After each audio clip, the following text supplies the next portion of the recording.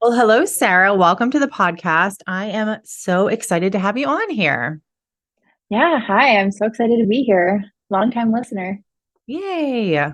Okay, so before we dive into what we're going to talk about, do you want to just let everyone know who you are and just a little bit about your business? Sure. So my name is Sarah Brithinee. I am the founder of Essbe. We are a mostly handmade jewelry business, but we also do permanent jewelry.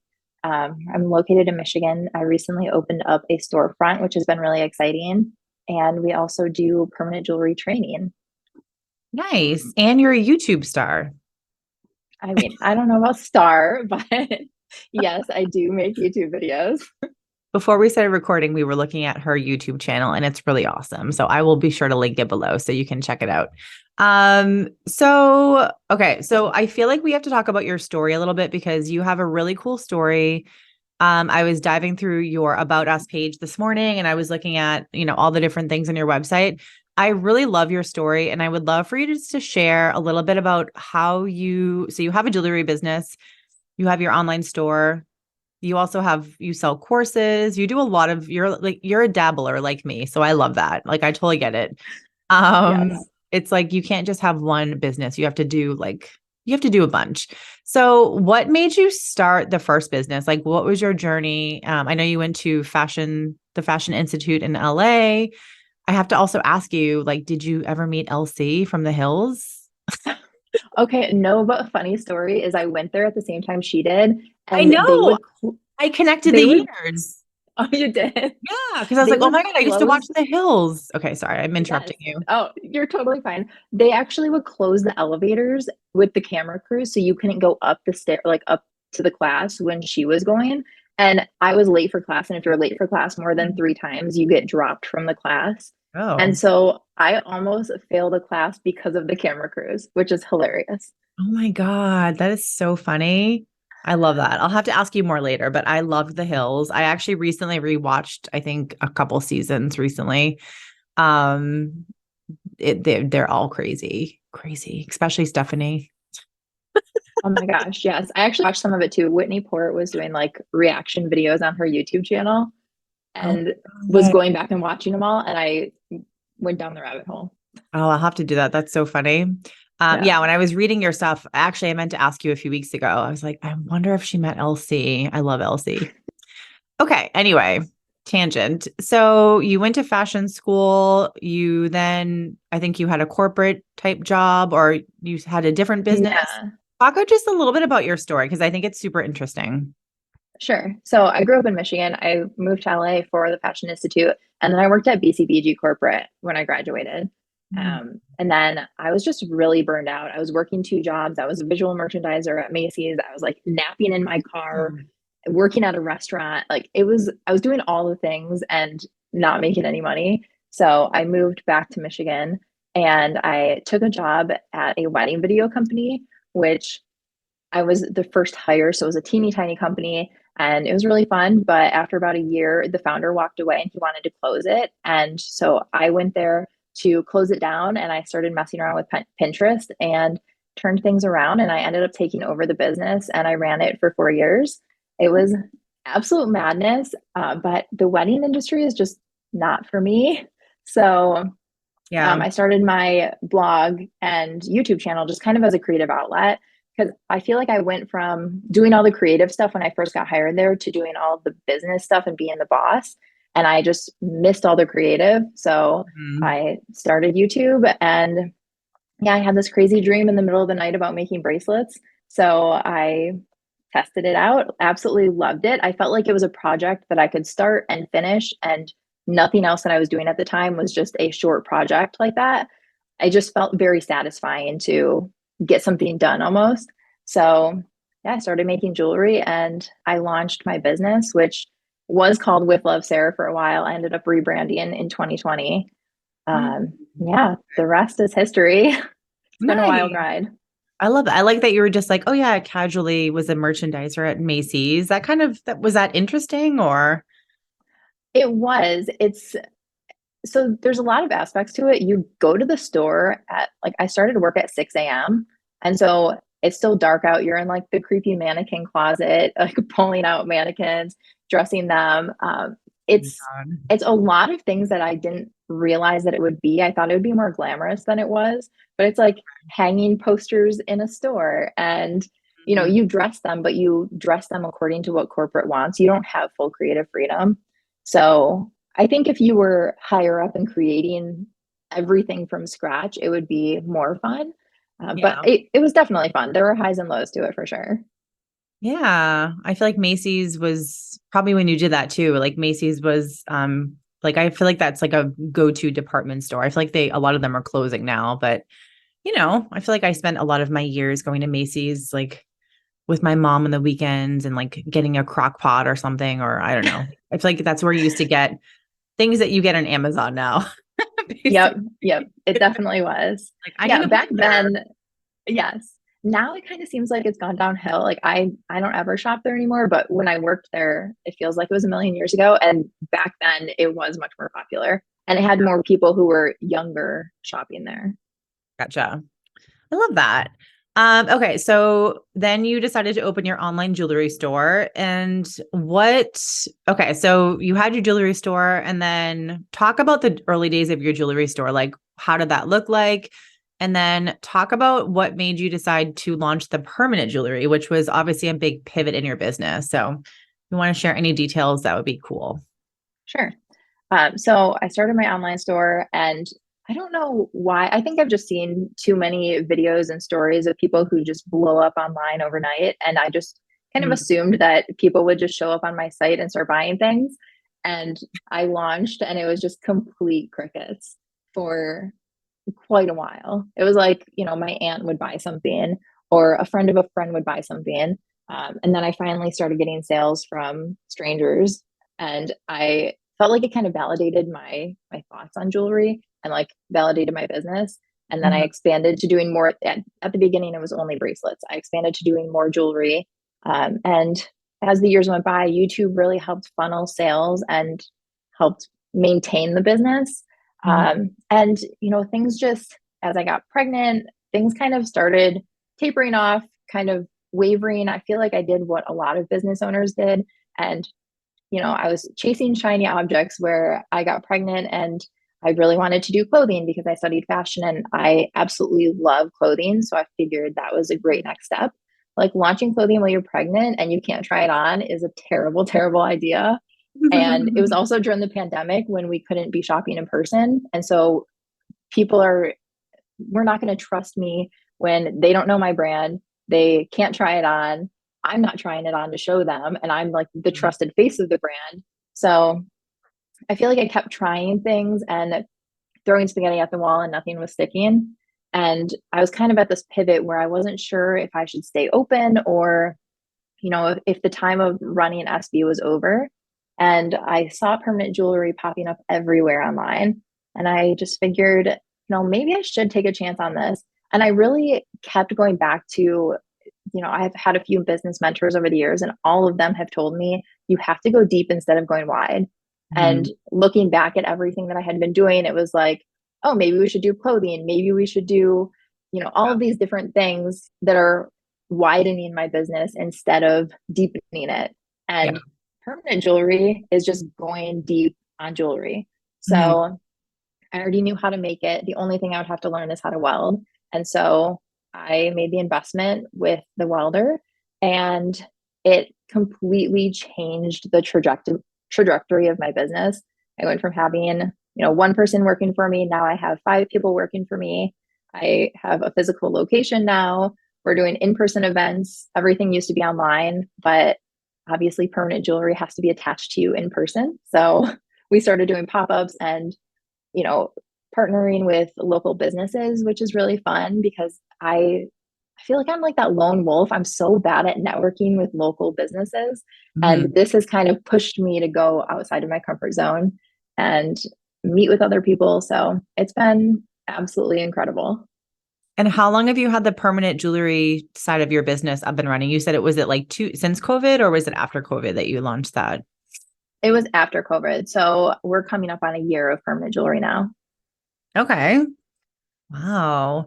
And did you, when you were thinking about that, were you like, I don't know if this is going to work? Like, I don't know if I should do it. Maybe I should just focus on the online store. Like, did you have doubts and fears that it was going to work for you? Or did you sort of feel like, I think this is like the niche to go down in. I think it's the right time. Permanent jewelry is something that people are talking about. There isn't much in my area of Michigan.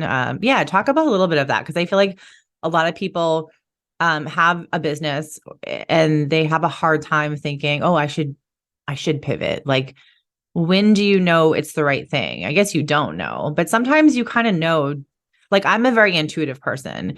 So I get really strong intuitive feelings about things and I just kind of know. And I don't know, it feels weird sometimes, but sometimes you just kind of know. So yeah, what were you thinking back then? So I think that it was kind of a combination. When I started doing the clothing, I felt like I have experience in clothing, so how could this not be successful? But just because you have experience in something doesn't, you could have the best product in the world, and if you don't have the visibility like we've talked about before, you're Mhm. not going to get the sales for it. And Yep. so I think that I've made a lot of mistakes of trying to add different things to my business when it wasn't the right fit. And I need to be known for the thing I'm known for, and that's jewelry. I've always been the girl who's making jewelry. Mm. So being continuing to be that girl with permanent jewelry made sense. So I think it was just, there weren't people in Michigan doing it. And I did see it. It was like so popular. I feel like everything is really popular in Texas. Maybe just because everything's bigger in Texas. It just seemed like there were quite a few businesses there doing it, but there weren't in Michigan. And we're kind of like one of the last states to get things, which is weird. And yeah, it was one of those things that I looked at what the market could be, at what my investment was, because the welder's not cheap. And yeah, I just looked at what the investment was, and I just had a feeling that this was the thing that I should be doing. And then this was like the one thing that would change my business. And I did what I'm sure a lot of business owners do. I went straight to one of the girls that works for me that's been with me for years. I went to my parents, I went to my husband, and all of them told me it was a terrible idea.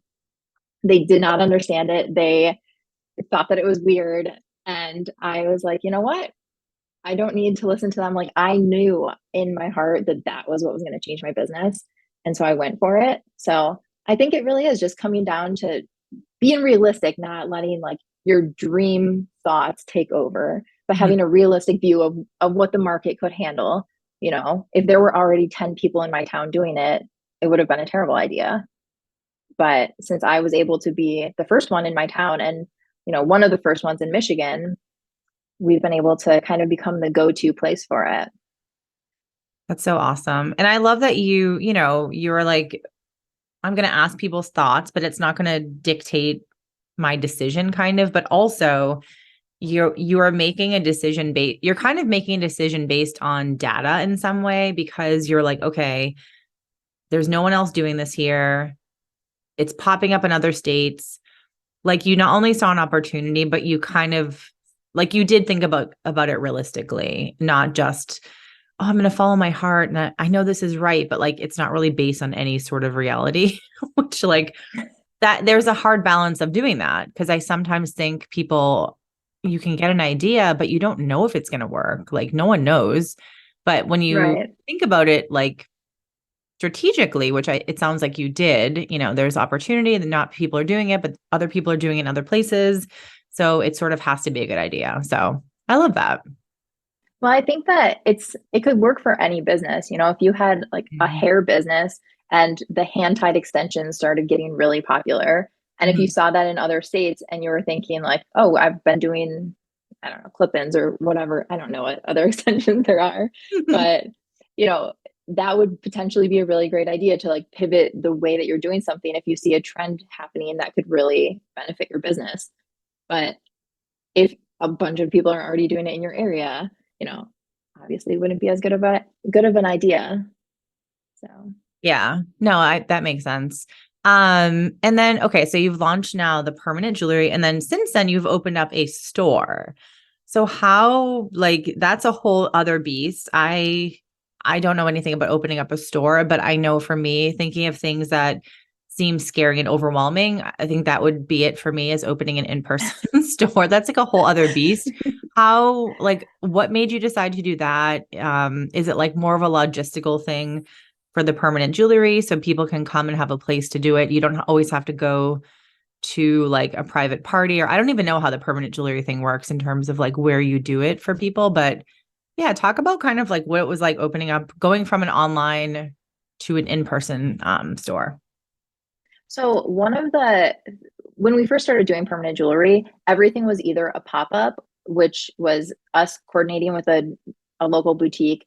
We're going when they're open. So we're kind of setting up in a little corner of their business. We don't have everything. I mean, we're bringing a folding table and chairs and all of our displays and lugging everything back and forth, which sometimes it's really, really fun, but sometimes it's just a big pain. So we were doing that. And then we were also doing private parties where we go to people's houses. And we still do both of those things. And I still love both of them. But yeah, people would say, like, oh my gosh, my sister would love to do this, or whoever would.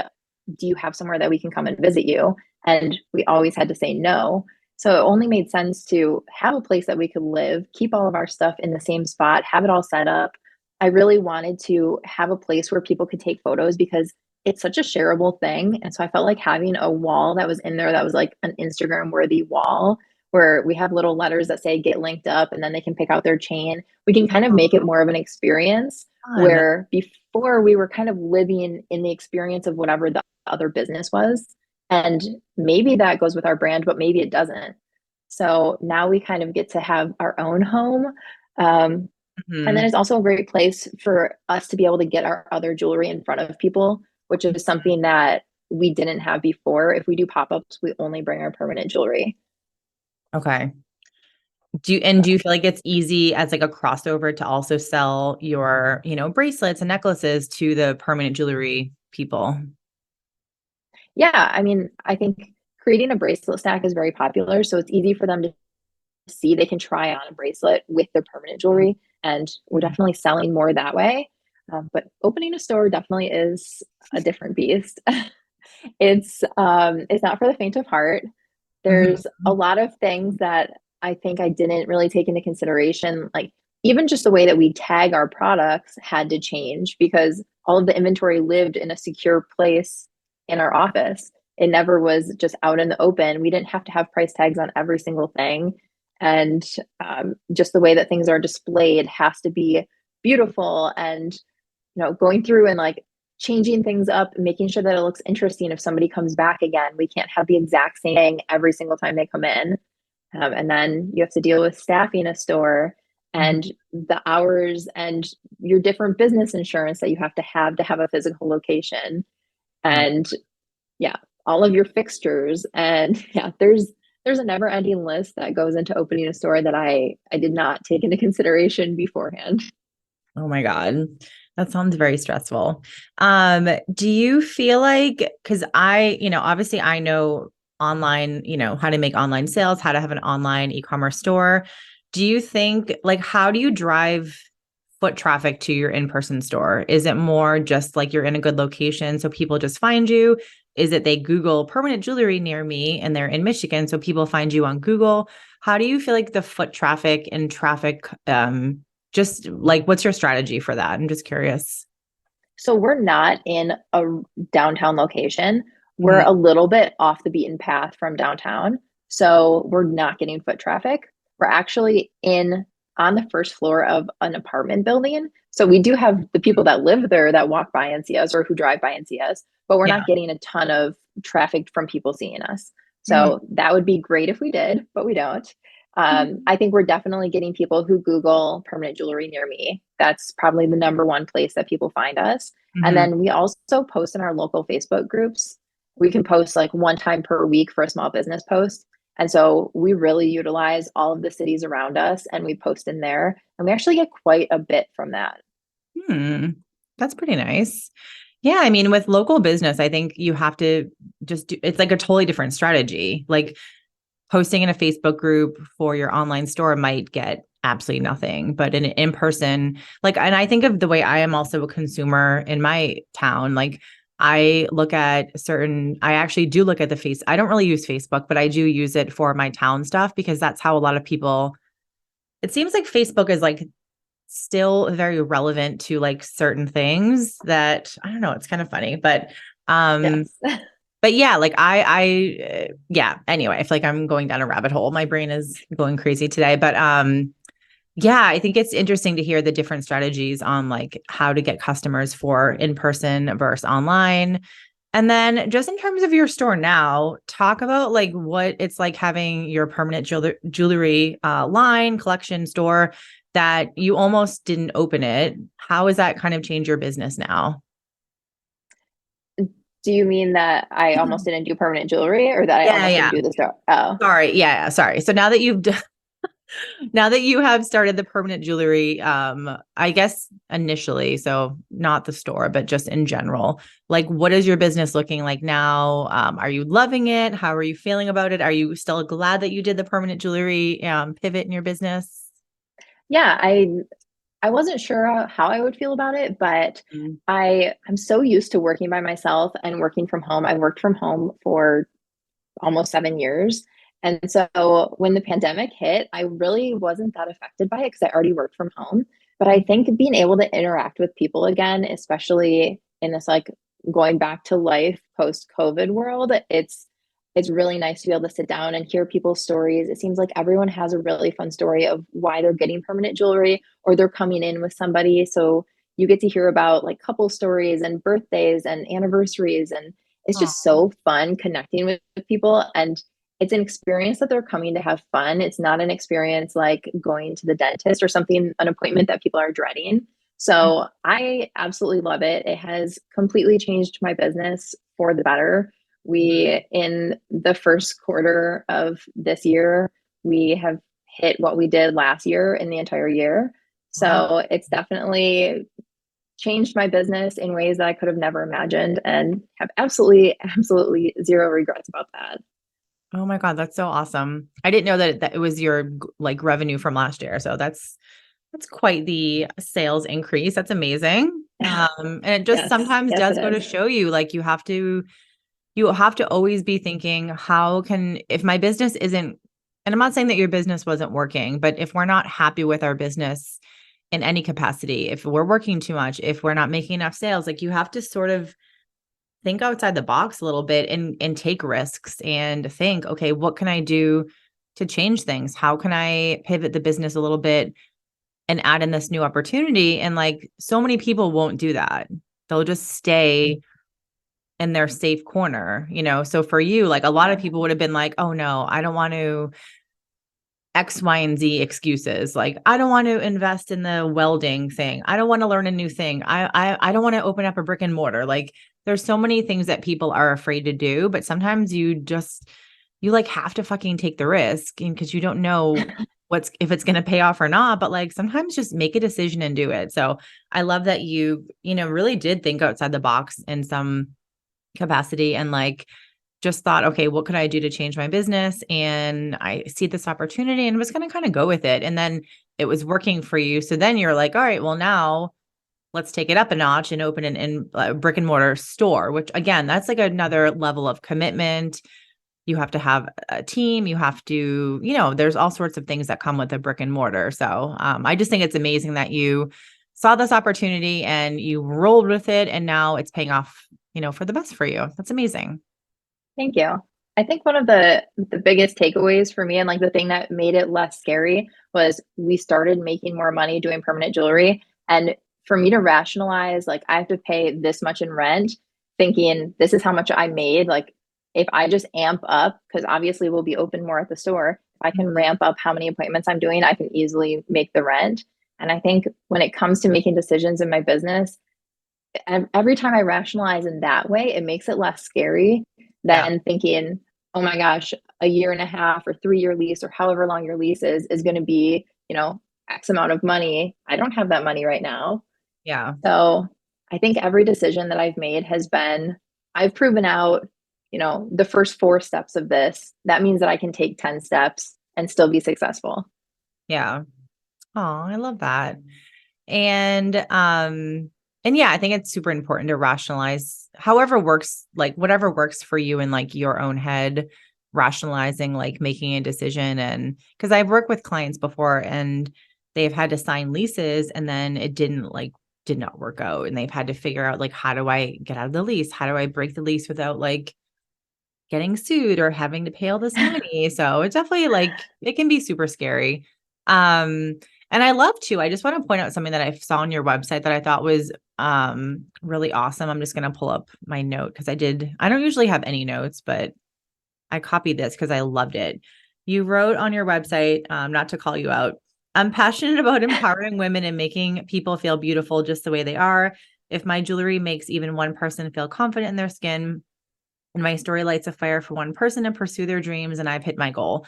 I really love that. I think that's such an important thing to weave in a story or your brand story or like a mission of your business where you're not just selling jewelry, you're doing something bigger that makes people feel something. Can you kind of talk a little bit about just how you came up with, I don't even know if that's like your mission necessarily, but I did pull that from either your about page or your about Sarah page. And I just like, I loved it. There's a couple of things I love that I want to talk about. But yeah, like talk about that. What about making people feel confident is really important to you or important to your part of your brand mission or ethos or whatever? So I wrote that long before we started doing permanent jewelry. And I feel like as I started hearing people's stories when we've done permanent jewelry, I really feel like I'm in like a full circle moment because I can't tell you how many people will sit down and say, I can never find a bracelet that fits me because they're always too small or they're always too big, or, they want to get a matching bracelet with a significant other or whatever that is. And so I feel like these people are walking away with something that makes them feel unique. They chose what chain they want, they chose what, charms or anything else that they want to add to it. And so they feel like it's something that's making them feel like themselves and showing their personality. I just feel like the confidence that you get when you wear an outfit that fits you really well, or if you figure out how to do your makeup that complements your natural beauty. I just think that it's the difference between holding your head high and like killing it in an interview, or Mm. getting that dream job or chasing your dreams and staying stagnant because you don't have the confidence to put yourself out there. So Mhm. I'm just such a big believer that it's not just jewelry, it's not just makeup, it's not just clothing, it's the feeling that provokes. It's a confidence that you get when you're wearing something that feels like you. And I think that that's irreplaceable. And I think that having a jewelry business, you can look at it and it seems like such a surface level thing. But if you spent one day in my store and heard the stories that people tell us, like you would Yeah. know immediately that it's so much deeper than that. Oh, that's so cute. I feel like I feel like you can like feel the impact that your stuff is making as well when you hear people's stories and you can see the, transformation or confidence that they feel after they put something on. So that's amazing. Um, I have to tell you, yeah. this one of our very, very first event for permanent jewelry. I had a woman come up to me. She was just walking by. We were outside. She's on the sidewalk. She walks by. She was probably maybe in her 60s. And she was like, permanent jewelry. We had to explain what it was. She was very confused by it. And she walked by probably 3 or 4 times. And then she came back and she had told us that she had a stroke and she was completely paralyzed on one side of her body. And she's had these bracelets on her wrist for years and she's wanted to replace them, but she can't take her bracelets on and off by herself. And she was almost in tears by the time we finished doing her bracelets because she got to wear new bracelets. Then she hasn't been able to change hers out in so long. And so that was on our very first day of doing permanent jewelry. And I Oh, immediately knew like we're not that we're changing lives doing this, but it is a yeah. bigger impact and it does make people feel good, which makes me feel good. It's so fun doing that. Oh, that's such a good story. I feel like that needs to be in your website. That's a good story.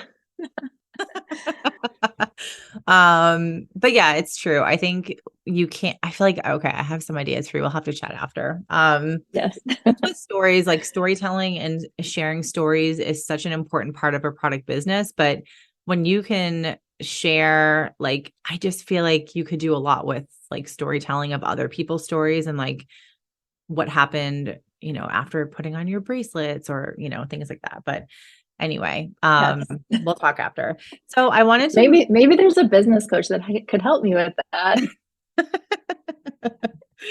um Sarah is in the cultish product program, by the way. So we're joking around a little. Okay. I have to mention one other thing because this really resonated with me because this is kind of something that I think about like with my son. You wrote on your website as well. Sorry to keep calling you out.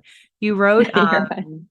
you have your son Theo. I hope someday Theo will have fond memories of seeing me follow my dreams just like I had of my parents. So in your website, you talk about how your parents had their own businesses and you kind of grew up. I love the story, by the way, of with your mom and the curtains. Like you used to not want to go to, like, I think it was like kindergarten because you wanted to go see basically like you wanted to go help your mom do her business. And I think that's so fucking awesome, so powerful. And like, look at the impact that's had on you because now you have had your own businesses and doing all that.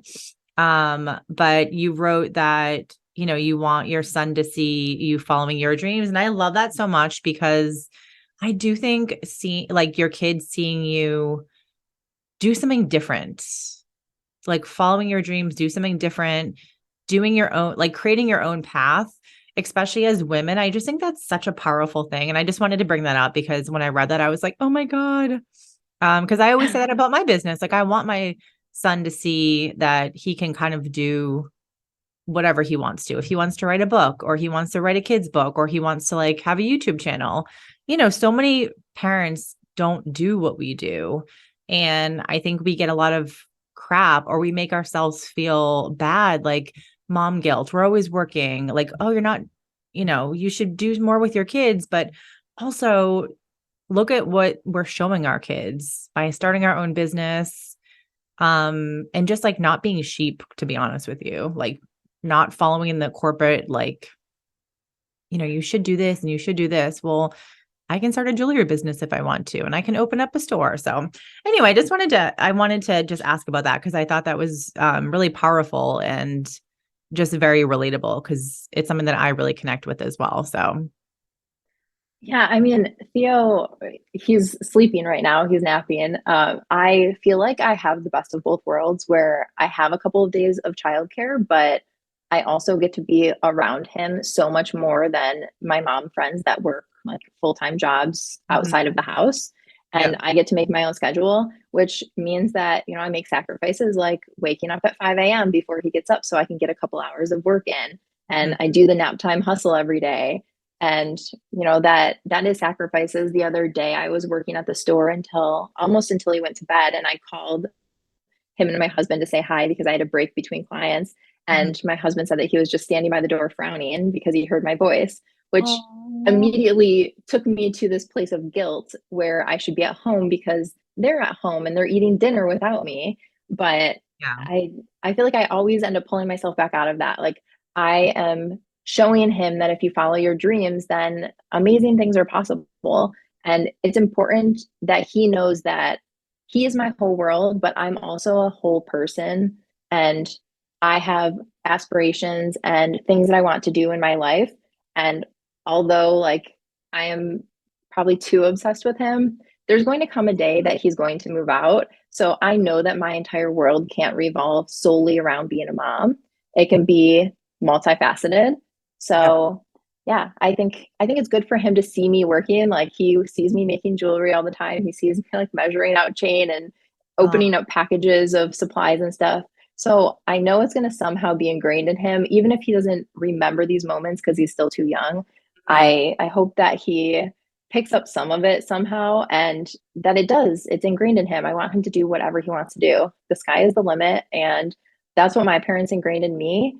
And so it's like one of the most important lessons that they told me I can do and be anything I want to be. And it's really important to me that he feels the same way.